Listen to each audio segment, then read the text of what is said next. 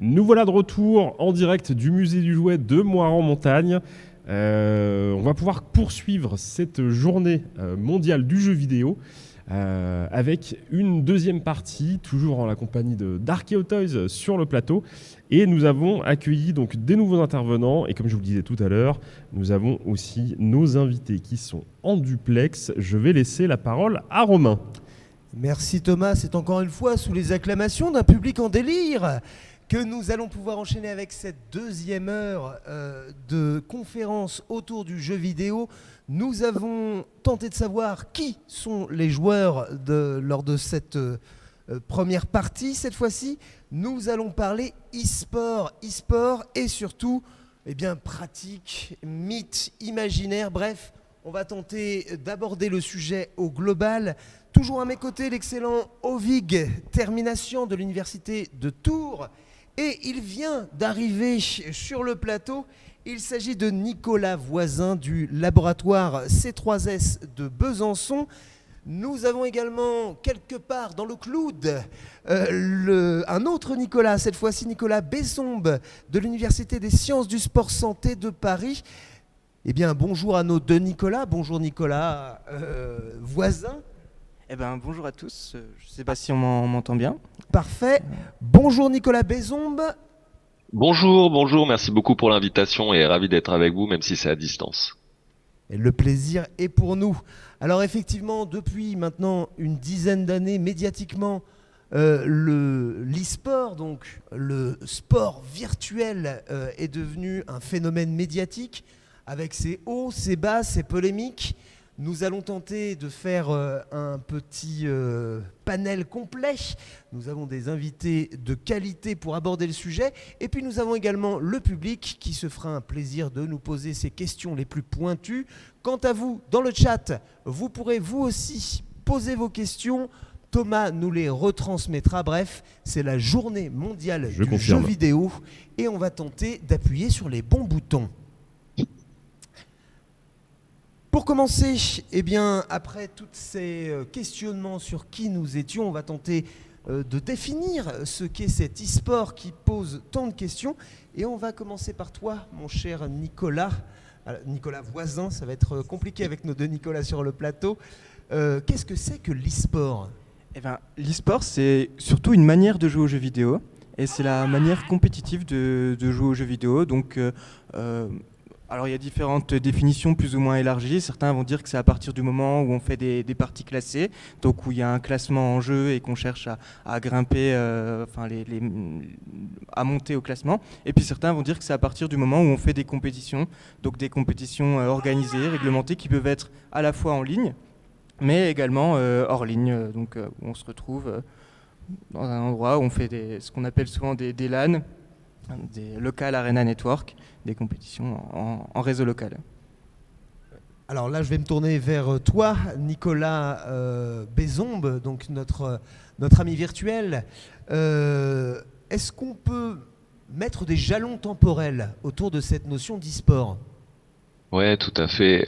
Peut-être juste préciser par rapport à ce que présentait Nico Voisin sur la définition de l'e-sport, c'est pour bien éviter toutes les confusions, c'est que la pratique compétitive du jeu vidéo, elle peut se faire sur n'importe quel genre de jeu. C'est-à-dire que c'est à la fois sur des genres de jeux qui peuvent être des jeux de combat, des jeux de tir, des jeux de course automobile, des jeux de sport, des jeux de réflexion, des jeux de stratégie en temps réel, des jeux de cartes. Et donc c'est pas simplement restreint aux jeux vidéo qui simulent des activités sportives réelles existantes. Peut-être juste pour rappeler ça. Et effectivement, il y a toute une histoire autour de cette pratique de l'e-sport qui est en fait intrinsèquement liée à l'histoire du jeu vidéo, qui elle-même est intrinsèquement liée à l'histoire du développement des nouvelles technologies. Les premières traces de compétition de jeux vidéo, elles datent du début des années 70 dans les laboratoires de recherche nord-américains, notamment à l'université de Stanford, sur un jeu qui s'appelait Space War. C'est la toute première trace de compétition de jeux vidéo que l'on a. Et puis ensuite, avec bien évidemment l'avènement de l'arcade dans les années 70, il y a eu énormément de compétitions autour de Space War, par exemple, ou de Pac-Man. Puis ensuite, avec l'avènement des consoles de salon, Nintendo notamment a fait beaucoup de compétitions avec les Nintendo World Championships ou alors le Nintendo Power Fest au début des années 90, mais on fait souvent émerger, on va dire, l'avènement de l'e-sport moderne tel qu'on le connaît aujourd'hui à la fin des années 90. notamment en 97, à la fois avec l'émergence d'Internet dans les foyers, mais également l'émergence des PC, mais des ordinateurs personnels qui commençaient à devenir accessibles et qui ont rendu l'affrontement entre joueurs à n'importe quelle heure du jour ou de la nuit et de n'importe où totalement possible. Et c'est donc sur des jeux de tir, en l'occurrence, et en Amérique du Nord, donc un jeu de tir qui s'appelait Quake, aux États-Unis, lors d'une compétition qui s'est appelée le Red Annihilation, que s'est tenu, en tout cas, ce qu'on considère être la toute première compétition d'e-sport, qui a vu des milliers de joueurs s'affronter d'abord en ligne, puis les 16 meilleurs joueurs se retrouver lors de l'E3, qui est l'équivalent du salon du jeu vidéo nord-américain, l'équivalent de la Paris Games Week, mais aux États-Unis. Et le vainqueur, Denis Fong, de son pseudonyme Tresh, a remporté une Ferrari, ce qui a fait forcément parler énormément dans les médias. Et puis, à partir de la fin des années 90, c'est là où la discipline s'est structurée avec des ligues professionnelles, des championnats réguliers, là où avant les compétitions étaient plutôt épisodiques. Donc on a eu une première phase de structuration. Et puis, ça s'est vraiment accéléré à partir du tournant des années 2010, avec à la fois l'émergence des plateformes de streaming qui ont rendu le contenu e-sportif très accessible pour tout le monde, là où avant c'était assez compliqué de suivre des compétitions. Puis l'émergence de jeux qui ont été pensés pour être des spectacles, c'est-à-dire pour être observés, notamment StarCraft 2, League of Legends, la nouvelle itération de Counter-Strike qui était Global Offensive, et puis bien évidemment Dota 2 aussi. Ces 4 jeux-là ont grandement participé à la démocratisation de l'e-sport au tournant des années 2010. Et puis l'intérêt des éditeurs de jeux en tout cas organiser ces compétitions sur leurs jeux vidéo. Riot Games a été notamment l'un des premiers. Et puis aussi des nouveaux modèles économiques avec le free-to-play qui a rendu, on va dire, le jeu vidéo d'affrontement très accessible à énormément de gens puisque c'était gratuit. Et donc ça a fait beaucoup de spectateurs en puissance. Donc on est passé au tournant des années 2010 d'un e-sport qui se pratique à un e-sport qui se regarde et qui est devenu un vrai spectacle. Et ça s'est accéléré notamment après, à partir de 2015, avec le rachat de Twitch par Amazon, qui a attiré beaucoup d'investisseurs privés, qui ont mis beaucoup d'argent et qui ont participé à la professionnalisation de la scène, à la fois des événements, à la fois des joueurs, des équipes. Et donc, de fait, aujourd'hui, on se retrouve un petit peu avec l'émergence, on va dire, très médiatique pour le grand public de l'e-sport, qui peut aujourd'hui à la fois concerner une petite LAN de 30 joueurs de manière très locale, j'ai envie de dire, jusqu'à des grandes LAN qui rassemblent 10 000 joueurs, comme ça peut être le cas à Austin, au Texas, ou encore à Jönköping, en Suède. Alors moi, je vais me tourner vers toi, Ovig. As-tu, dans l'étude ou au travers de tes travaux, observé des particularités sociologiques autour de ce jeu compétitif, performatif ? Non, pas vraiment. Ce qu'on a, alors on a effectivement des gens qui nous racontaient avec beaucoup de nostalgie et beaucoup de plaisir, beaucoup de gourmandise même, je dirais, leur partie de LAN. Tu parlais de LAN, Nicolas, et donc leur partie de jeu en réseau et leur tournoi, mais vraiment entre amis, sur des jeux de tir. On a aussi quelques personnes qui ont participé à ce que décrivait Nicolas, l'autre Nicolas, Nicolas B. Je t'appelais Nicolas Besson, pardon, parce que pardon, c'est pas classe, l'autre. Désolé. Donc ouais, des gens qui participaient plutôt à des LAN plus local, régional, on va dire, autour de 40-50 personnes. Cela étant, ce qui ressort quand même de notre enquête, parce qu'on a demandé aux gens ce qu'ils faisaient, à quoi ils jouaient, mais on leur a demandé aussi comment ils inscrivaient leur pratique ludique sous d'autres formes, par exemple aller à des expos, aller à des festivals autour de jeux vidéo ou participer justement à des LAN. Et finalement, ils sont assez peu nombreux quand même dans notre enquête. Donc, enfin, on en reparlera peut-être tout à l'heure, mais cette distorsion parfois entre emballement médiatique et puis nombre de pratiquants est un vrai sujet quand même dans le cas de l'e-sport, mais on en reparlera peut-être après. Alors comme tu l'as très bien dit, Nicolas Ducloude, oui c'est peut-être un peu mieux. 2015 a été une année charnière vis-à-vis de l'e-sport avec le rachat de Twitch, une plateforme quasiment entièrement dédiée à ce type de contenu. Dans vos pratiques universitaires, est-ce que cette année charnière d'un point de vue commercial, d'un point de vue marketing, a aussi planté son drapeau dans les universités ? Alors oui, ce qui est intéressant, c'est que forcément, la recherche universitaire et on va dire la légitimation de l'e-sport comme un objet de recherche universitaire plus ou moins légitime en tout cas, a suivi l'évolution, on va dire, de la médiatisation du secteur, de sa structuration. Les premiers travaux de recherche concernant l'e-sport datent du début des années 2000, donc au moment où l'e-sport émerge, comme on le disait, avec ses compétitions autour de Quake ou d'Unreal Tournament notamment. Donc c'est des travaux qui sont d'ailleurs français, qui viennent du champ des STAPS. Ça, c'est les tout premiers prémices, j'ai envie de dire, de la recherche sur l'e-sport. Et puis ensuite, les travaux se sont, on va dire, diffusés petit à petit autour de 3 grandes zones géographiques qui correspondent aux 3 grandes zones géographiques dans lesquelles l'e-sport s'est historiquement développé, à savoir l'Amérique du Nord, l'Europe et puis l'Asie du Sud-Est. Et donc on a des chercheurs qui, à partir du tournant des années 2010, ont commencé à beaucoup travaillé sur le sujet. Alors, c'était quelques auteurs qui ont été des auteurs pionniers, comme T.L. Taylor, comme Emma Witkowski notamment, qui ont été un petit peu les pionnières sur ces travaux-là. Et puis en Europe, ça a été plutôt Jonasson ou Tiborg qui ont été les premiers aussi à travailler sur l'e-sport, ou Tanya Adamous notamment. Et puis en Asie aussi, Dal Yongjin, qui a été l'un des tout premiers à travailler sur l'e-sport en Corée. Et puis on a vu au moment où, au tournant des années 2010 et milieu des années 2010, quand l'e-sport a commencé à devenir de plus en plus médiatisé, c'est là où toute une nouvelle génération de jeunes universitaires s'est penchée sur le sujet, avec des approches multiples venant de champs disciplinaires très larges, à la fois bien évidemment des sciences humaines et sociales, mais aussi venant du champ plutôt de la psychologie cognitive par exemple, ou des computer sciences, ou encore du droit, de l'éthique. C'est très très vaste, avec des approches vraiment très très hétérogènes, qui ont fini petit à petit par constituer ce que l'on pourrait, en tout cas ce que certains auteurs souhaitent appeler des e-sport studies, de la même manière qu'on parle des game studies ou des play studies. Et donc aujourd'hui, on a des réseaux de chercheurs qui se structurent à la fois au niveau francophone, au niveau international. On a des revues universitaires qui sont dédiées à l'e-sport. On a des conférences internationales francophones qui sont dédiées à l'e-sport. Donc petit à petit, le champ universitaire se structure autour de cet objet. Je vais me tourner vers mon Nicolas voisin, pour le coup. Donc, tu es dans un laboratoire de Besançon, au C3S. Quel est le cadre de ton travail ? Eh bien, justement, le C3S pour Culture, Sport, Santé, Société, c'est un laboratoire STAPS, donc comme Nicolas Besson qui est en STAPS, donc en sciences du sport. Et donc nous, on s'intéresse justement à la dimension sportive. Et justement, c'est intéressant avec tu parlais de 2015 et de ces grandes compétitions médiatisées. Ces compétitions, finalement, elles ressemblent à un grand spectacle sportif, et elles sont basées sur ce modèle du sport-spectacle. Et c'est ce qui fait que dans la littérature, qu'on soit à la fois en STAPS, mais aussi dans d'autres champs, en infocom, en sociologie, en management, la question du sport, elle est ultra centrale dans ces travaux. Et au tout début, les questions, c'était même est-ce que c'est un sport ou pas finalement.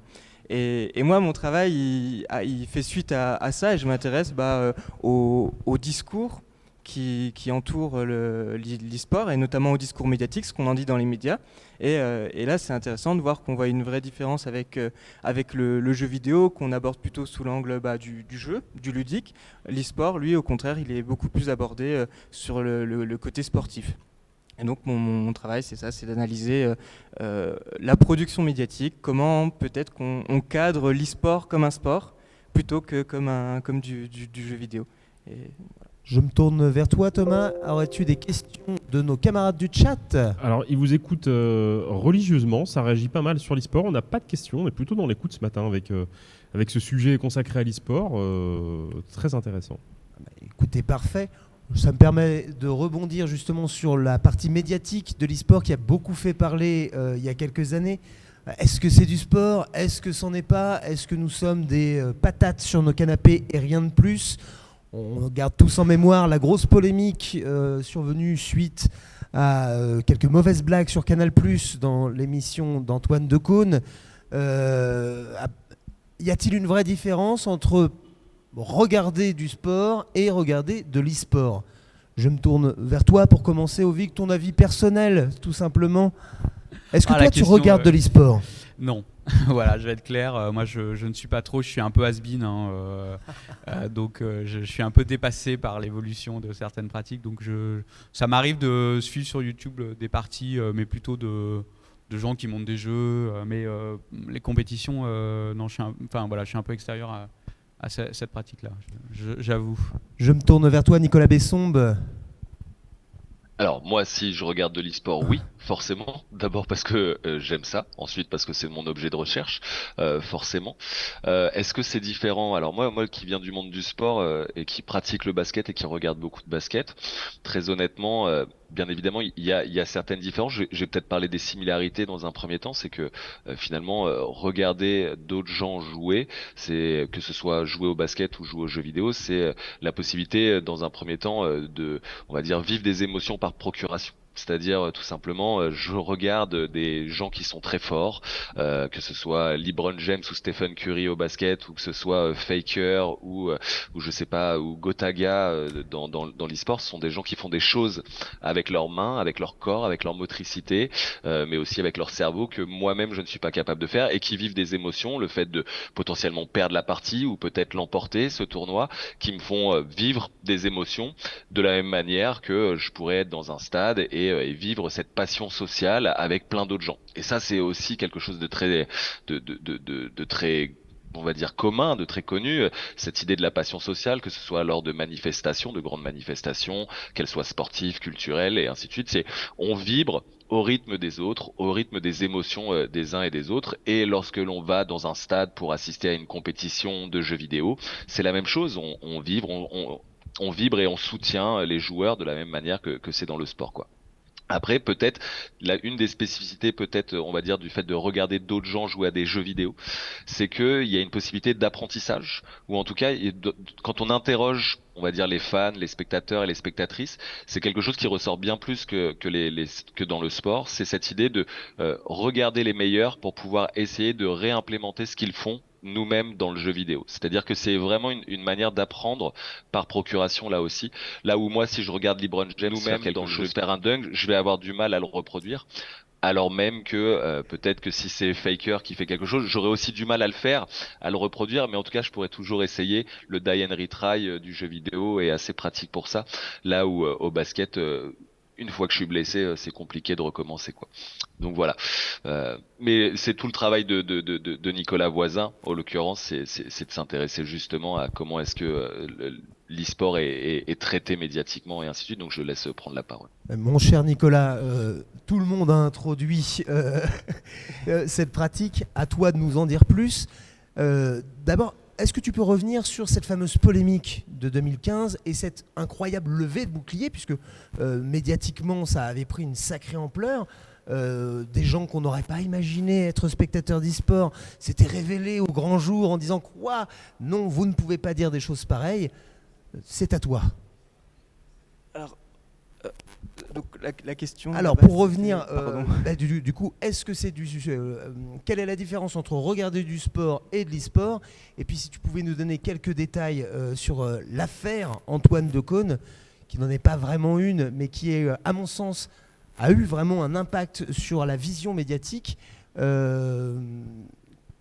Ce qui est sûr, c'est qu'on s'est rendu compte que quand on parle négativement du jeu vidéo ou de l'e-sport, ça fait réagir, parce qu'on a des communautés de joueurs qui ont intériorisé un peu ces stéréotypes, ces clichés justement dont parlait Ovig tout à l'heure. Et donc justement, même montrer que l'e-sport est un sport, est une pratique sérieuse, une pratique rationnelle, où on s'entraîne des heures, où on développe une discipline, un mental, etc., c'est une manière de réagir à ces clichés et à ces représentations négatives. Et ce, déjà même dès les années 2000, on a un chercheur qui s'appelait Lilian Piluso qui a complètement arrêté ses recherches. C'était un mémoire de sociologie qui parle, lui, de riposte sportive, justement. Et il montre que déjà dès les années 2000, les journalistes jeux vidéo et puis les communautés de joueurs, elles avaient à cœur de montrer que leur pratique se rapprochait du sport pour s'opposer justement à ces représentations négatives, à ces clichés des joueurs isolés, à ces clichés de la pratique enfantine, etc. Et donc c'est un peu la même chose après en 2015 où face à ce que dit Antoine Decaune, on va réagir en montrant les côtés, les caractéristiques sportives, le côté très sérieux de cette pratique compétitive qui aurait tout d'un sport. Et justement, est-ce que quand on regarde de l'e-sport, c'est comme du sport? Si on s'en tient au spectacle, à tout ce qui entoure le jeu, ça ressemble quand même beaucoup. Par exemple, on va avoir... on va déjà, si on prend les grandes compétitions, on va les jouer dans les mêmes stades dans lesquels la NBA joue, dans des stades de NHL, etc. On va mettre en place des jeux de lumière, on va montrer les spectateurs, la foule en liesse, justement, comme disait Nicolas Besson, qui vit des émotions, qui est avec les joueurs, etc. Et ce qui est intéressant, c'est justement dans la presse sportive, par exemple, on a analysé le journal sportif L'Équipe, on met complètement en avant ce côté spectacle sportif et on montre presque dans les articles, finalement, quand on met des photos, on montre très peu le gameplay, on montre très peu les écrans, mais on va montrer tous les à côté qui feraient dire que l'e-sport est un sport, finalement. Alors tiens, moi ça me fait réagir parce que tu parles tu parles d'Antoine Decaune, mais finalement cette famille, parce que sa mère Jacqueline Joubert avait pressenti que les mangas n'arriveraient jamais en France et que Goldorak était un monstre, et son fils finalement reproduit les mêmes schémas avec les jeux vidéo. Il y a une certaine logique là-dedans. Un format cliché qui effectivement ne leur porte pas chance. Ouais, peut-être pour aller dans le sens de Nicolas. En fait, vous êtes tous les deux Nico, plus spécialistes que moi sur l'e-sport, mais il me semble que ce rapprochement avec le sport et la mise en spectacle que procure le sport, il vient aussi du fait que, me semble-t-il, pendant longtemps, l'e-sport n'avait pas sa propre grammaire. C'est-à-dire que donc soit collait sur des logiques, comme tu dis, on va utiliser les mêmes stades et les mêmes équipements et la même mise en scène que sur d'autres types de sports plus classiques, soit était étudié ou en tout cas était lu à partir d'une grammaire déjà préexistante, d'une grille de lecture préexistante qui est le sport tel qu'on le connaît. Et donc c'est pas anodin, me semble-t-il, si tu dis, quand tu parles de l'équipe, si l'équipe le voit et regarde l'e-sport en fait de la même manière qu'il regarderait un autre sport. Donc pas en montrant des photos de gameplay ou des écrans, mais en montrant ce qu'ils savent faire. C'est-à-dire le public ou éventuellement les joueurs eux-mêmes qui sont acclamés, etc. Oui, tout à fait. Pour l'équipe, il y a carrément une ligne éditoriale et le journaliste principal de la rubrique e-sport, qui est Paul Arrivé, il dit que la première consigne qu'on lui a donnée en arrivant à l'équipe, c'était de traiter l'e-sport comme un sport. Donc là, effectivement, on fait ce qu'on sait faire, on regarde le côté sportif de la pratique, tout à fait. Si je peux me permettre deux petites secondes, ça me fait réagir. Tout d'abord sur on va dire la polémique Antoine Decaune. Je pense qu'il faut aussi peut-être recontextualiser sur le fait que Twitch peut être perçu aussi par on va dire le média télévisé comme un concurrent potentiel, et que c'est aussi quelque chose qu'il faut prendre en considération lorsque les médias plutôt traditionnels attaquent ces nouveaux médiums, en l'occurrence, que sont les plateformes de streaming ou les télés sociales. Je pense qu'il y a ce moment-là. Et puis, il y a quelque chose de très générationnel aussi dans l'e-sport qu'il faut quand même recontextualiser. C'est que aujourd'hui, les compétiteurs et compétitrices de jeux vidéo, ce sont des gens qui sont majoritairement, à 95% d'entre eux, issus à la fois de la génération millennials et de la génération Z, et maintenant de la génération alpha, quoi. C'est-à-dire, c'est des gens qui, au plus, ont 35 ans, même si bien évidemment il y a plein de contre-exemples, mais de manière schématique, il y a un petit peu cet aspect-là. Et puis après, pour revenir sur la question autour de la grammaire sportive, que je trouve très intéressante pour le coup, je pense que là aussi il faut bien saisir que le sport, aujourd'hui dans nos sociétés modernes, hyper technologisées, plutôt en Occident, est perçu comme, on va dire, le mode d'affrontement physique qui est le plus valorisé dans nos sociétés. C'est-à-dire que l'exemple que je prends souvent, c'est que si vous mettez un coup de poing à quelqu'un dans la rue, c'est un délit. Si vous mettez un coup de poing à quelqu'un sur un ring, vous devenez une star et potentiellement vous pouvez devenir millionnaire. Le MMA le montre, ou la boxe le montre bien. C'est-à-dire qu'en effectuant le même geste, selon le cadre social dans lequel je le pratique, eh bien finalement ça n'a pas du tout la même valorisation. Et donc le sport est fortement valorisé, et d'ailleurs il y a qu'à le voir dans le discours médiatique, c'est-à-dire que même si aujourd'hui, avec tout ce qui est en train de se passer autour des Jeux Olympiques, de la Coupe du Monde de football au Qatar, il commence à y avoir, on va dire, des voix qui s'élèvent, mais le sport est souvent associé à la santé, est souvent associé à l'idée d'intégration sociale, de dépassement de soi. C'est plutôt des valeurs assez positives, alors même que pourtant ça peut être la corruption, le dopage et ainsi de suite. Mais on valorise énormément le sport. Donc le jeu vidéo, qui qui a pendant de nombreuses décennies, en tout cas au moins 2 ou 3 décennies, entre les années 70 et les années 2000, a été fortement stigmatisé à travers les médias ou dans le discours universitaire ou en tout cas académique, on va dire, a cherché à se légitimer. Et en tout cas, en cherchant une reconnaissance par le mouvement sportif à la fin des années 90, début des années 2000, c'était aussi une façon de se légitimer en disant, regardez, nous on est du sport, le sport c'est hyper valorisé dans nos sociétés, donc nous on a envie d'être du sport et voilà ce qu'on est. C'est aussi pour ça qu'il y a eu ce prisme-là qui a été choisi d'ailleurs par ces communautés de joueurs et de joueuses.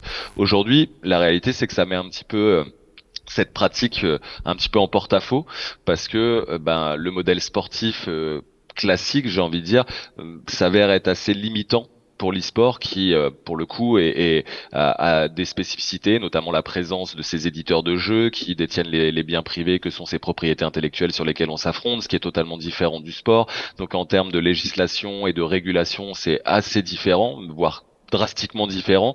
L'écosystème ne fonctionne pas de la même manière. La soutenabilité même du secteur est pas du tout, se joue pas que sur les mêmes enjeux. Donc c'est là où au début c'était on va dire une stratégie de légitimation. Aujourd'hui, il s'avère que c'est peut-être une épine dans le pied de l'e-sport que d'être aussi proche, en tout cas d'avoir voulu autant se rapprocher du sport, quoi. Et puis, pour rejoindre totalement ce que disait Nico, à un moment donné, c'était aussi un peu un moyen de vivre le fantasme, de pouvoir vivre de sa pratique, de pouvoir être rémunéré et vraiment de vivre du jeu vidéo, ce qui était le cas pour peu de monde. Et voir le sport, le modèle sportif comme ça fonctionnait, ça a été une opportunité de se dire « Ah, on va peut-être pouvoir réussir à en vivre finalement ». Alors, je voudrais maintenant passer à la partie business. Soyons fous. Aujourd'hui, on est face à un milieu qui se structure avec des équipes, avec des gros moyens. Si je ne dis pas de bêtises, le PSG a une équipe e-sport. L'OL aussi. On est vers quelque chose qui s'internationalise de plus en plus. Il y a une dizaine d'années, quand on pensait à l'e-sport, on pensait à la Corée du Sud, principalement, avec ses chaînes de télé spécialisées. Aujourd'hui, on est vers un business avec des écoles, avec des formations, avec des coachs qui se rapprochent effectivement de plus en plus du sport business, qui est très critiqué. On a Fortnite qui permet à certains très jeunes adolescents de devenir des stars de l'e-sport. Quel est ton sentiment, pour commencer, Nicolas Voisin, vis-à-vis de cette entrée dans le côté dur, mais le côté aussi problématique que peut avoir le sport business? Eh ben, justement, tu as bien résumé à quel point l'e-sport est une pratique professionnelle. Mais il faut quand même avoir à garder en tête, et en lien avec tout ce que disait Ovik, c'est que cette pratique professionnelle, finalement, elle concerne très peu de joueurs et très peu de personnes si on prend l'étendue des joueurs de jeux vidéo. Mais c'est cette pratique-là qui est médiatisée et on a tout un écosystème qui se met en place. Et je laisserai Nicolas Besson parler de cet écosystème qui maîtrise bien mieux que moi, mais tout à fait. Alors Nicolas Besson. Ouais, effectivement. Alors peut-être là aussi, ce qu'il faut essayer de souligner, c'est de quelle manière c'est structuré l'e-sport et à quel point ça suit un mouvement totalement opposé à celui du mouvement sportif. Si je repars sur comment c'est structuré le mouvement sportif, en l'occurrence, c'est si je prends par exemple le football, eh bien au tournant de la fin du 19e siècle, les premières associations sportives en Angleterre ont commencé à se créer, des joueurs de football ont commencé à se réunir, ont commencé à mettre en place des entraînements réguliers, puis plusieurs clubs se sont créés un peu partout sur le territoire. Une dizaine d'années après, on crée une fédération nationale. Petit à petit, ça s'est propagé un petit peu partout en Europe. Puis 50 ans après, il y a une fédération internationale qui s'est créée. Et puis encore 30 ans après, s'est créée une fédération ou une association des fédérations internationales au niveau global. Et donc on a vu un phénomène j'ai envie de dire, de sportification et de structuration qui s'est déployé d'abord du bas vers le haut, donc un modèle bottom-up, c'est-à-dire du social vers le pro, du local vers l'international, et pour arriver, on va dire, à un sport business qui est arrivé bien après. Avec l'e-sport, c'est tout le trajet inverse qui a été opéré en termes de structuration. C'est-à-dire, vous avez un éditeur de jeu, je vais prendre League of Legends, un éditeur de jeu qui est Riot Games, qui crée un jeu en 2009 qui s'appelle League of Legends. 2 ans après, en 2011, ils organisent des championnats du monde pour quelques joueurs pros, une poignée de joueurs pros, avec de réels objectifs commerciaux. Encore 2 ans après, en 2013, ils mettent en place des compétitions, cette fois-ci continentales. C'est-à-dire, ils descendent d'un échelon, des compétitions européennes, des compétitions nord-américaines et des compétitions asiatiques. Puis, encore 5 ans après, en 2018, ils commencent à mettre en place des compétitions nationales. Cette fois-ci, au niveau de chacun des pays, à la fois en Europe, en Amérique, et puis dans le Moyen-Orient et en Asie. Et puis, l'année d'après, encore, cette fois-ci, on va dire, des championnats universitaires. Donc, l'e-sport, lui, s'est structuré, si je prends le cas de League of Legends, autour d'abord d'une pratique qui est internationale, qui est professionnelle et qui est fondamentalement orientée vers le business, qui est fondamentalement commerciale. Pour petit à petit essayer aujourd'hui, il y a notamment des politiques publiques qui sont mises en place pour essayer de montrer, on va dire, ou en tout cas de développer la pratique sociale de l'e-sport. Là où le sport, intrinsèquement, c'est une pratique sociale qui est devenue une pratique commerciale petit à petit. Donc on a vraiment ce modèle opposé, d'un côté bottom-up pour le sport et de l'autre côté top-down pour l'e-sport. Donc fondamentalement, l'e-sport, c'est une pratique qui est orientée autour du business, qui est une pratique commerciale, dont l'objectif, qu'on ne se cache pas, hein, c'est les éditeurs de jeux créent des jeux vidéo, enfin les développeurs et éditeurs de jeux créent des jeux vidéo, dont ils font la promotion, qu'ils essaient de vendre. Leur objectif, principalement, c'est d'attirer des joueurs, de faire adhérer des joueurs à leur jeu et d'en faire de la rétention, c'est-à-dire que les joueurs restent le plus longtemps possible, d'où le modèle du free-to-play, notamment. Et de fait, ces éditeurs de jeux, ce sont des sociétés capitalistes qui cherchent à maximiser leurs profits. Et de fait, elles vont investir de l'argent là où elles sont sûres d'avoir un retour sur investissement. Et donc, qu'est-ce qui aujourd'hui rapporte de l'argent dans l'e-sport? C'est le haut du panier, c'est l'élite, c'est les compétitions internationales et professionnelles.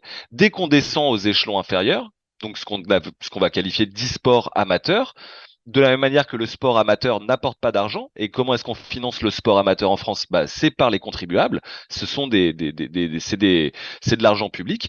Dans l'e-sport, l'éditeur ne joue pas son rôle parce que l'e-sport amateur, ça fait pas d'audience, donc c'est pas vendable auprès de sponsors, donc ça ne rapporte pas d'argent, donc on va pas y accorder de ressources parce que notre objectif en tant qu'éditeur, c'est de maximiser finalement nos profits. Donc on se retrouve en fait avec une pratique qui est malheureusement, j'ai envie de dire, essentiellement commerciale à la base, mais c'est pour ça qu'on voit émerger partout dans le monde des acteurs, je vais les appeler comme ça, des acteurs qui peuvent prendre différentes formes, soit des entreprises, soit des sociétés, soit des associations qui ont pour ambition de jouer le rôle que l'éditeur ne joue pas au niveau amateur, au niveau grassroots, comme on dirait en anglais, quoi.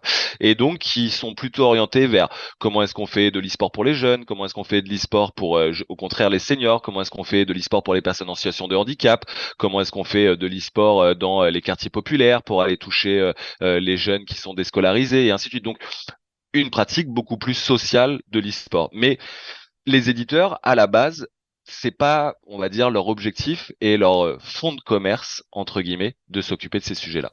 Shankovig a envie de réagir à ça. Ouais, non, mais c'est pour aller dans ton sens. Enfin, si je peux. Et avec plaisir. Pour aller dans ton sens, je suis tombé il y a pas très longtemps sur un rapport d'une mission interministérielle, un rapport prospectif sur l'e-sport, et il recensait en 2019 189 joueurs professionnels en France. Pas 189 000, hein, 189. Et à partir de ce chiffre, ils sont quand même capables de te bâtir toute une réflexion sur la croissance du marché et le soutien que doit effectivement apporter la puissance publique à l'e-sport professionnel. Bon, moi je suis un peu gêné et je suis aussi un peu gêné quand je vois que, le retour que j'ai eu dans certaines collectivités, qu'il y a parfois des acteurs très très proactifs qui viennent les voir en disant bon, écoutez, si vous développez pas une école de e-sport ou si vous développez pas, vous nous aidez pas à monter, je sais pas, un tournoi ou je sais pas quoi, on va aller voir ailleurs dans une autre collectivité et vous vous rendez pas compte du manque à gagner qu'il y a pour cette collectivité. Et malheureusement, certains pouvoirs publics sont un peu sont un peu mis devant à la fois leur ignorance de ce milieu et du fonctionnement de ce milieu et d'une forme de pression assez forte qui émane de effectivement des acteurs, de certains acteurs dont tu viens de parler et dans cette logique un peu top-down que tu viens d'évoquer. Si on peut donner quelques chiffres, parce que c'est intéressant, donc le rapport interministériel que cite Ovig, donc c'est une étude PIPAM, qui a été menée à la fois par le ministère des Sports, le ministère du Numérique, mais aussi des acteurs du monde du jeu vidéo, c'est-à-dire le syndicat des éditeurs de logiciels de loisirs, le CEL, mais aussi un acteur de l'e-sport qui est France e-sport, qui réunit les acteurs de la filière, et Level 256 qui est un incubateur de start-up dédié à l'e-sport. Donc on voit, et la Caisse des dépôts et des consignations, aussi Banque des territoires, qui menait cette étude.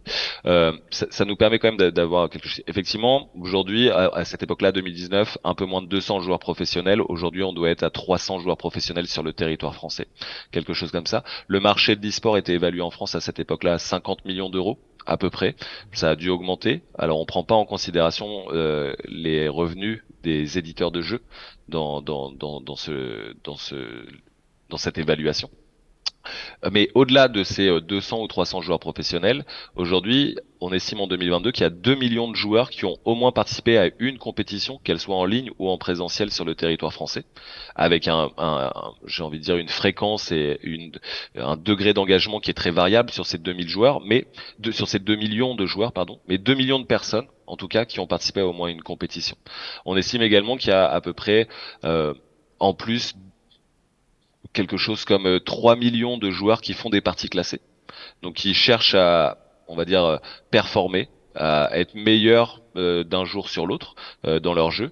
Et on estime à peu près à 9,5 millions, si je dis pas de bêtises, à 9,5 millions le nombre de personnes qui visionnent de l'e-sport, que ce soit sur place, en se rendant à des LAN ou à des grandes compétitions internationales, ou que ce soit principalement sur Internet, sur des chaînes Twitch.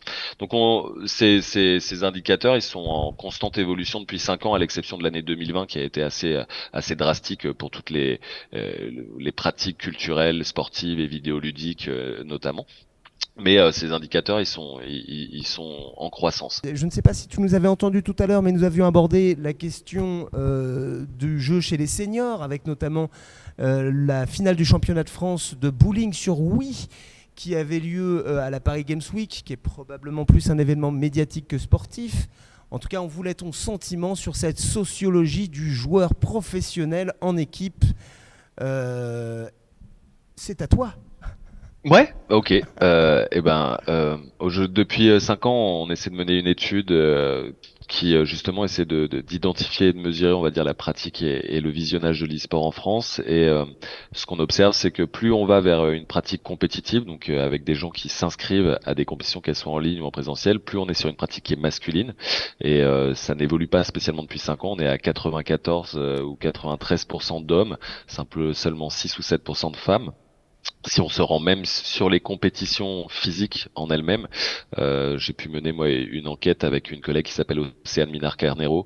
On a pris les 10 dernières années de Gamers Assembly et les 10 dernières années de Stunfest, et on avait moins de 4% de femmes inscrites sur les 10 dernières années, et avec aucune évolution sur les 10 dernières années.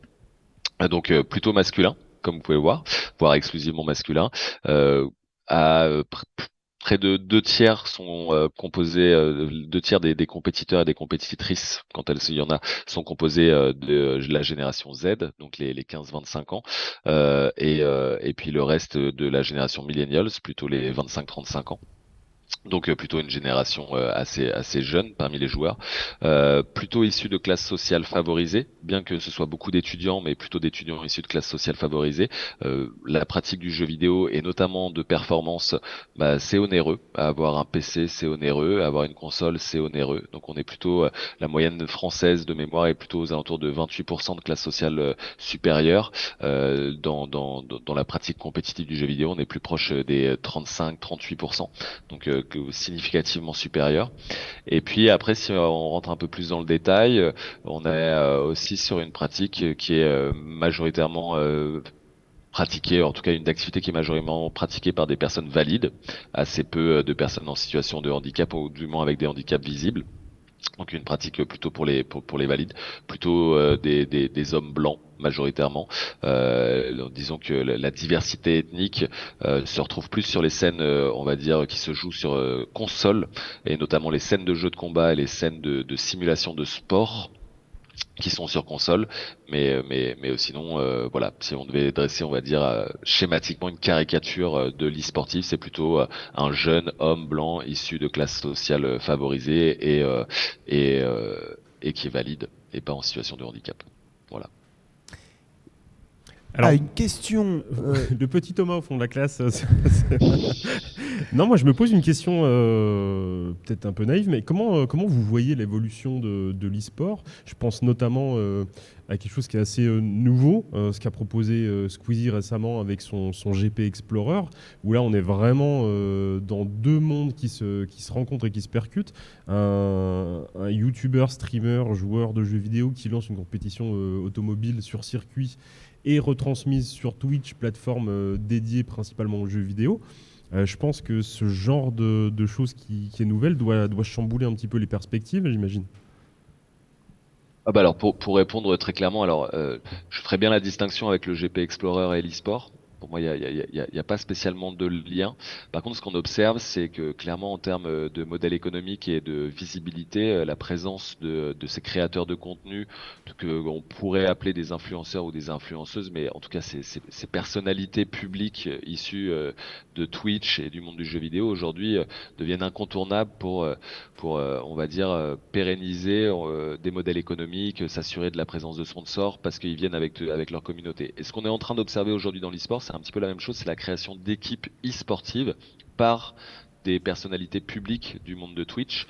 Donc historiquement, une équipe comme Solari a été créée par des streamers de jeux vidéo qui étaient très très forts, hein, mais c'était pas leur métier de faire de la compétition, mais c'est des personnalités publiques. Donc ce qui a attiré leur communauté directement. Puis ensuite, on a eu le phénomène bien évidemment de la Carmine Corp avec Kamel et Prime qui ont créé leur propre structure, et ça a été un vrai déferlement, on va dire, de soutien avec la création d'ultra, de fans de l'équipe.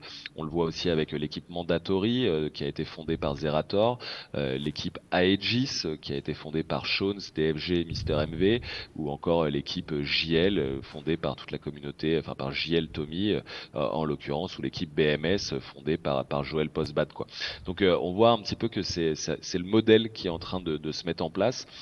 La manière dont on peut l'analyser, c'est que comme je disais, ces structures étant créées par des leaders d'opinion, par des personnes qui sont capables on va dire, d'entraîner avec elles beaucoup de communautés, arrivent à pérenniser très très vite des investissements qui sont aujourd'hui pour 70% de la source de revenus de l'e-sport, c'est de l'investissement privé, et donc ça assure à ces sponsors d'avoir tout de suite la possibilité de toucher ces générations milléniales, génération Z et génération alpha après, qui pour le coup consomment les médias traditionnels comme la télévision d'une manière très particulière et qu'ils n'arriveraient pas à toucher autrement. Et donc c'est le nouveau modèle économique qu'on voit apparaître aujourd'hui dans l'e-sport. Est-ce que ça durera? Difficile de dire. Bien malin celui qui sera capable de dire à quoi ressemblera l'e-sport dans 5 ans, très honnêtement, quoi. Nicolas, je te pose la même question. À quoi faut-il s'attendre d'ici une dizaine d'années? Eh ben, difficile de te répondre. Je crois pas que je serais capable de dire quelque chose de plus que ce que vient de dire Nico. C'est vrai que ce modèle basé sur des influenceurs se développe et semble être un peu le modèle de ces quelques années à venir. Ovig? Moi j'allais dire on en reparle dans 10 ans et, et on verra. Non, peut-être pour élargir la question, moi la question que je me pose, moi, c'est comment on produit de la norme sociale. Et j'ai quand même le sentiment que dans l'e-sport, c'est en train de se jouer ce qui a pu jouer à d'autres époques sur d'autres pratiques, y compris de jeux vidéo, un effort de mise en avant d'une certaine norme sociale qui serait une certaine façon de jouer ou un certain rapport aux jeux vidéo qu'on considérait comme étant justement la norme. Et donc cette norme sociale, elle est ici dans le cas de l'e-sport, mais encore une fois, les deux Nicolas sont plus spécialistes que moi, est produite par certains types d'acteurs et certaines motivations, donc très ancrées autour du business évidemment. Voilà. Donc moi, ma crainte, c'est plutôt que ce rapport au jeu devienne une forme de norme qui s'impose par percolation à d'autres types de publics que Nicolas a très bien cités. Et voilà, donc c'est plutôt voilà, moi dans 10 ans, ce qui m'intéressera, c'est de savoir où est passé, voilà, où est aujourd'hui la norme et où elle sera dans 10 ans, quoi. Parfait. Thomas, aurais-tu une question du chat sur l'e-sport? Pas de questions sur le chat, non, pour le moment. Les gens écoutent. Alors moi, je vais vous poser une question, messieurs. Faut-il s'attendre à ce que la télé se mette à l'e-sport, là où effectivement des plateformes comme Twitch ressemblent de plus en plus à la télé? On a parlé de l'événement de Squeezie qui ressemblait énormément au Grand Prix regardé par nos grands-oncles il y a 15 ou 20 ans. Qu'en est-il des médias traditionnels autour de ces nouvelles pratiques? Alors, il me semble me souvenir, je ne sais pas si c'est encore le cas, que Game One, à un moment donné, diffusait des parties de Counter-Strike, je crois. En tout cas, moi, je ne serais pas étonné que les médias traditionnels et les plateformes de streaming de vidéos, ils viennent parce qu'ils ont bien compris qu'il y avait des publics à toucher. Je ne serais pas étonné que d'ici quelques années, on ait sur Netflix ou sur Disney+, ou ailleurs, des chaînes de retransmission e-sportive, voire un documentaire sur les coulisses de l'e-sport. Enfin voilà, moi, il me semble qu'il y a une continuité assez logique, en tout cas. Nicolas Bessombe? Ouais, alors au risque d'aller à l'encontre de ce que vient de dire Ovig, moi j'y crois pas des masses. Je pense que ça a été tenté. Il y a eu des initiatives d'apporter les compétitions de jeux vidéo à la télé. En fait, je pense que c'est un média qui est pas du tout adapté pour ça. Tout d'abord parce qu'aujourd'hui, ça fonctionne de manière payante. La télévision, c'est des bouquets de chaînes, et que l'e-sport, jusqu'à présent, les communautés qui le regardent sont habituées à le regarder de manière gratuite. Et je vois mal, disons, les gens venir se déplacer sur un média qu'ils ne regardent plus pour en plus payer quelque chose qu'ils ont l'habitude de regarder de manière gratuite dans un premier temps. Ensuite, c'est que je pense que le médium télévisé n'est pas du tout adapté, dans le sens où, dans un premier temps, il y a des grilles de programmes, et que si vous regardez le sport à la télévision, à l'exception du tennis, les seuls sports qui sont médiatisés, ce sont des sports à temps limite. C'est-à-dire que l'on sait que le match va se finir au bout de 90 minutes de foot, 80 minutes de rugby, et ainsi de suite, ou 48 minutes de basket pour la NBA. Dans le cas de l'e-sport, presque tous les jeux qui sont pratiqués en compétition sont des jeux à score limite et pas à temps limite. C'est-à-dire que une partie de Counter-Strike, on sait jamais quand est-ce que ça va se finir. Une partie de League of Legends, on sait jamais quand est-ce que ça va se finir. C'est-à-dire que d'un point de vue purement pragmatique, c'est qu'il y a un vrai problème pour la télévision, c'est qu'ils seraient bien embêtés dans leur grille de programme à y mettre de l'e-sport.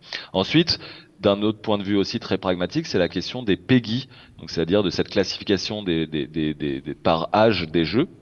Et le CSA, anciennement CSA et maintenant Arcom, je crois que ça s'appelle l'Arcom, a tranché. Par exemple, un jeu comme Counter-Strike ne peut pas passer à la télévision avant 23 heures.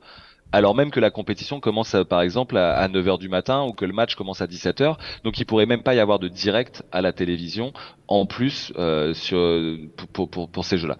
Donc je crois fondamentalement que les compétitions de jeux vidéo à la télé, ça ne fonctionnerait pas, ou en tout cas les tentatives qui ont été menées n'ont pas été très concluantes. Par contre, ce que je vois, et là je vais rejoindre Ovig, c'est la télé, elle a une expertise, notamment sur des documentaires, sur des insights, sur des coulisses. Ça, il y a une vraie expertise sur la production vidéo qui est assez intéressante. Il y a qu'à voir, on évoquait le GP Explorer, où là se tient ce week-end, je crois, le match de football France-Espagne de Amine, si je dis pas de bêtises, au stade Jean-Bouin.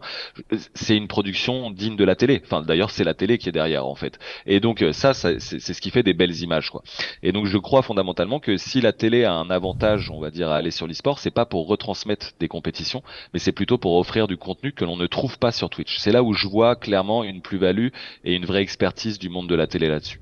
Mais je vois mal les fans d'e-sport qui n'ont jamais payé pour regarder un match s'abonner à beIN ou à C8 ou je ne sais quoi. D'ailleurs, je sais même pas si c'est vraiment payant, mais pour aller regarder de l'e-sport commenté par des gens qui n'y connaissent rien, à mon avis, c'est pas l'avenir, quoi. Il est pas là. Je vois plutôt la télé venir, pour le coup, France Télévisions qui va venir sur Twitch, l'équipe qui vient sur Twitch. Ça, je vois bien la télé traditionnelle venir sur Twitch et pour toucher cette cible, quoi. Nicolas Voisin, le mot de la fin sur cette... C'est une lourde responsabilité. Mais qu'est-ce que je voulais dire? Oui, c'est... est-ce qu'il faut s'attendre à Ouais. voir de l'e-sport à la télé? Alors, pour nuancer ce que disait Nicolas à l'instant, c'est que sûr que l'e-sport fait partie de la stratégie médiatique de nombreux médias. Et il pourrait se dire, justement, le mettre à la télé, ça permettrait de toucher justement un nouveau public qui ne vient pas sur Twitch, etc. Et là se pose la question que tu avais évoquée tout à l'heure, la différence entre regarder du sport ou regarder de l'e-sport, et ça pose la question de la lisibilité des jeux. Et il y a des jeux, si on ne connaît pas les règles et qu'on n'y a jamais joué, c'est complètement inaccessible pour le grand public. Et je rejoins totalement Nico sur le fait que, par contre, on va faire des talk shows. C'est le cas, par exemple, il y avait le Canal plus eSport Club. Il y avait aussi des émissions sur Bein, sur Eurosport, où là, on fait c'est des mini-documentaires ou des talks où on parle d'e-sport. Et puis, il y avait aussi pendant le confinement, où là, on avait vu justement apparaître de l'e-sport un peu plus à la télé, des compétitions. Il y avait eu des courses de Formule 1, notamment. Et c'était la FIA, la Fédération de sport auto, qui avait fait le choix de se déporter un peu sur les jeux de simulation sportive. Et là, ça rejoint bien encore une fois ce que disait Nico, c'est que le temps il est délimité parce qu'on sait qu'il y a un nombre de tours. Et pareil sur Canal+, à un moment donné, il y avait des matchs de FIFA, et pareil, le temps, encore une fois, il est bien délimité. Et puis, c'est des jeux de simulation sportive que n'importe qui peut comprendre directement au premier coup d'œil, même s'il n'y a jamais joué. Voilà. Bah écoutez, je pense qu'on a fait à peu près le tour. Nous avons presque fini cette première matinée pour la journée mondiale du jeu vidéo. On se retrouvera cet après-midi dès 14h pour la suite. On parlera cette fois-ci plutôt préservation et patrimoine vidéoludique. En tout cas, merci messieurs d'avoir commencé merci à cette toi. journée. Merci Ovig qui nous vient donc de l'université De Tours. de Tours. Nous avions également Nicolas Bessombe de l'université De Paris-Cité. de Paris-Cité. Et enfin Merci beaucoup. Nicolas Voisin Franche-Comté. qui nous vient de Besançon, de Franche-Comté. Bref, nous avions réuni des acteurs hexagonaux de partout. C'était un plaisir de vous écouter, messieurs. Je pense qu'il est temps pour nous, mon cher Thomas, de rendre l'antenne. Et oui, on va saluer tout le monde. Juste le petit mot pour vous présenter un petit peu ce qui va se passer cet après-midi. On parlera des métiers du jeu vidéo avec David Gibaud qui nous vient de chez Ubisoft Ivory Tower, qui va nous parler un petit peu de son métier et des différents métiers de la conception du jeu vidéo. Et puis on pourra aussi parler patrimoine et conservation, comme tu le disais, sur ces 2 heures d'émission cet après-midi qui seront retransmises à partir de 14h sur Twitch. Et bien écoutez, je vous souhaite un bon appétit et je vous dis à tout à l'heure.